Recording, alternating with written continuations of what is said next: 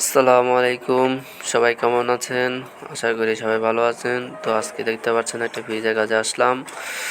তো কাস্টমারে বলল যে ফ্রিজটা ঠান্ডা হয় না। তো চলেন দেখি ফ্রিজে কি সমস্যা, কোন কারণে ঠান্ডা হয় না। তো সাইডে ধরে দেখলাম কোনো এটা না, পরে পিছন দিয়ে দেখলাম যে কন্ডেন্সার লাগানো। তো ওই কন্ডেন্সারটা ধরে দেখলাম যে কন্ডেন্সারে কোনো পরিমাণও হিট হয় না। তো এই সম্ভাবনা এই কারণ থাকে হিট হয় না, এক হচ্ছে গ্যাস থাকে না, আর এক হচ্ছে আপনার এই কম্প্রেসার চলে না। তো দেখি চলেন কি সমস্যা, এটা চেক দেই, সমস্যার সমাধান করতে হবে। তো দেখতে পাচ্ছেন পিছন সাইডে এসে বললাম। তো পিছনের ব্যাক কভারটা খুলবো, খুলে দেখবো যে কি সমস্যা হয়েছে। তো ব্যাক কভার খোলা থাকতে থাকতে একটা কথা বলি যে ফ্রিজ আপনারা চেক দেওয়ার সময় যে কোনো কিছু ফ্রিজের পিছন সাইড খোলার সময় অবশ্যই টেস্টার দিয়ে দেখে নেবেন যে কারেন্ট আছে কি না। কারণ আপনার মাঝে মধ্যে ওই যে ফ্রিজের কয়েল শর্ট থাকে, এই শর্টের কারণে ফ্রিজটা আপনার কারেন্ট হয়ে থাকে। তো কথা বলতে বলতে দেখতে পাচ্ছেন ব্যাক কভার খুলে ফেললাম। এখন কম্প্রেসারটা হাত দিয়ে দেখলাম যে কম্প্রেসার হিট হয়ে গেছে। তো এটা সম্ভবত আপনার রিলে ওভারলোড বারবার ট্রিপ করলে অথবা রিলে খারাপ থাকলে তখন এই সমস্যাটা হয়ে থাকে। তো আমরা এখন এম্পিয়ার মিটার দিয়ে চেক দিব, যে দেখব যে কতটুকু এম্পিয়ার নেয়, এম্পিয়ার ঠিক আছে কি না। তো আমি তারটা সুন্দর মতো একটু করে নিলাম যাতে ঢুকাতে পারি। তো আমার এটা ঢুকানো হয়ে গেল। তো আমি এখন ফ্রিজ দেখলাম যে কোনো এম্পিয়ার নিচ্ছে না, তার মানে কম্প্রেসার সম্পূর্ণ পরিমাণে অফ। তো এখন আমার এখানে রিলে ওভারলোডটা চেঞ্জ করে দেখতে হবে যে চেক দিয়ে যে ঠিক আছে কিনা। তো আমি এখন লাইনটা অফ করলাম। তো লাইনটা অফ করে আমি প্লাগটা খুলে নিচ্ছি। তো আপনারাও যে সময় কাজ করবেন তো অবশ্যই প্লাগটা খুলে নেবেন, কারণ মাঝে মধ্যে ফেজ উল্টা হয়ে থাকে, যার কারণে লাইনের সঙ্গে আমরা শর্ট খেতে পারেন। তো এই জিনিসটা সবাই সাবধানে সহকারে করবেন, আর লাগে কোনো সময় কাজ করতে চাইবেন না। তো একটু বুঝবেন, কারণ বিপদে কোনো সময় হাত পাও থাকে না। তা আমি দেখতে পাচ্ছেন কম্প্রেসারের কভারটা খুলে ফেললাম। এখন রিলে ওভারলোডটা খুলবো, যে খুলে দেখব যে দুইটা পার্টস ঠিক আছে কি না। তো দেখলাম রিলে ওভারলোডটা পুরা গরম হয়ে রয়েছে, আর রিলে চাকি দিয়ে দেখতে হবো যে রিলে এটা ভালো আছে কি না। তো চাকি দিলাম, তো কোনো নাড়াচাড়া শব্দ আসলো না, কারণ মাঝে মধ্যে আপনাদের রিলে খারাপ থাকলে তখন ঝাঁকি দিলে রিলের ভিতরে পাথর থাকে, এই পাথরটা আপনার ঝাঁকি ঝুনঝুনের মতো শব্দ করে। তো আমি দেখলাম যে রিলে ঠিক আছে, ওভারলোডও ঠিক আছে।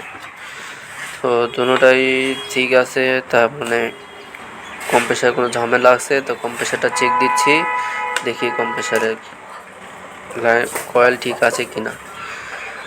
তো দেখলাম কম্প্রেসার সম্পূর্ণ ঠিক আছে, সব কিছু ঠিক আছে। তাহলে আমরা আরেকটা রিলে ওভারলোড আমার ব্যাগে ছিল, আমি সেটা লাগাই দেব। আমার কাছে যেটা ছিল সেটা লাগিয়ে দেখব যে লাইনটা ঠিক আছে কি না।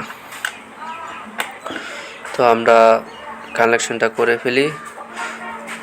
তো আপনারা দেখতে থাকেন যে কী হয়। তো আপনারা তার কানেকশন করার সময় অবশ্যই তার দিক দিয়ে খেয়াল রাখবেন, যেভাবে খুলবেন সেম টু সেম সেভাবে লাগিয়ে ফেলবেন। এক হাত দিয়ে তো কাজ করতেছি, তার কারণে আপনার লাগানো কষ্ট হচ্ছে। তো এরপরেও আপনাদের ভিডিওটা দেখার জন্য কষ্ট একটু করাই লাগে। তো আমি লাগাই ফেললাম। তো চলেন সেট আপ দিয়ে কম্প্রেসারটা চালু দিয়ে দেখি যে ঠিক কী সমস্যা। তো আমি রিলেটা এক হাত দিয়ে লাগাইতে গিয়ে উল্টা লাগাই ফেলছি। তো আমি এখন এটা ঠিক করে লাগাবো। আর সবসময় রিলেটা লাগানোর সময় আপনারা একটা জিনিস খেয়াল রাখবেন যে রিলে সবসময় আপনার ডান পাশে কানেকশন হবে, উপর সাইড ডান সাইড, এটা প্রত্যেক ফ্রিজে একই নিয়ম থাকে। তো আমরা রিলেও লাগাই ফেললাম, সব কিছু লাগিয়ে কমপ্লিট। এখন আমরা এম্পিয়ার মিটারটা লাগাবো, যে এম্পিয়ার দেখতে হবে যে এম্পিয়ার ঠিক আছে কি না। তো আমি দেখতে পাচ্ছেন যে এম্পিয়ার মিটারটা সেট আপ করে ফেললাম, এম্পিয়ারের কাটা ঠিক মতো সব কাটে লাগাই দিলাম। তো এখন লাইন দিব, লাইন দিয়ে চেক দিব। তো আমি একটা টেস্টার নিব, টেস্টার নিয়ে বডিতে লাগিয়ে দেখব যে কারেন্ট আসে কিনা।